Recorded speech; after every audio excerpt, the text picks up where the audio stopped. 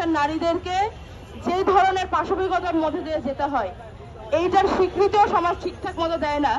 এবং আজকে আপনারা আসিয়ার দিকে তাকান, আসিয়ার ঘটনা কিন্তু একমাত্র না, গত কয়েকদিন ধরে এবং আজকেও এরকম ঘটনা দেখা গিয়েছে যে 4 বছরের একটা বাচ্চা মেয়ে। ধর্ষণ আমাদের সমাজে একটি দৈনন্দিন অপরাধের মতো হয়ে গেছে। ঠিক যেমন রাস্তাঘাটে ছোট বাচ্চাদের মারামারি, ঠিক তেমনই আমরা দেখতে পাইছি না অহরহ ধর্ষণ ঘটছে চারিদিকে।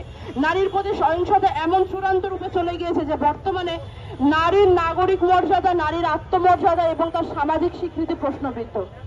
এনসিপির পক্ষ থেকে আমরা বলতে চাই, জাতীয় নাগরিক পার্টি এনসিপি নারীর সকল ধরনের মানবিক মর্যাদা, নাগরিক মর্যাদা স্বীকৃতি দেয়, স্বীকার করে এবং আমরা দলীয়ভাবে বিশ্বাস করি যে নারী এবং পুরুষ সমাজের সমান সুযোগ এবং অধিকার পাওয়ার যোগ্য।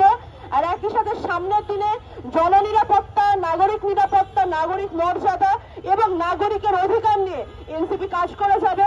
সামনের বাংলাদেশে শুধু আসিয়াই নয়, এর আগে তনু, নুসরাত থেকে শুরু করে যতজন, বেগমগঞ্জের সেই গৃহিণীর কথা আমার মনে পড়ে আজকে এখানে দাঁড়িয়ে, যারা যারা যখন সহিংসতার শিকার হয়েছেন এই সমাজে, এনসিপি ভবিষ্যতে তাদের সকলের বিচারের জন্য দাবি রাখবে।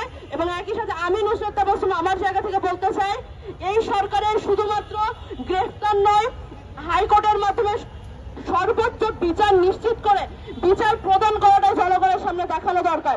যতক্ষণ না অন্য অপরাধ মানসিকতার মানুষজন আরেকটু অপরাধীর শাস্তি হতে দেখবে, ততক্ষণ পর্যন্ত তারা লাই পেতেই থাকবে। তারা ভাববে গ্রেফতারি তো শুধু হবে, তারপরে তো জামিন নিয়ে বের হয়ে আসবো, এর বেশি কি বা হবে।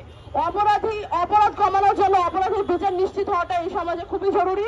আজকে আমি এখান থেকে জানাতে চাই, আগামীর বাংলাদেশের নারীর নিরাপত্তা নিশ্চিত করাই হবে আমাদের অন্যতম মূল লক্ষ্য।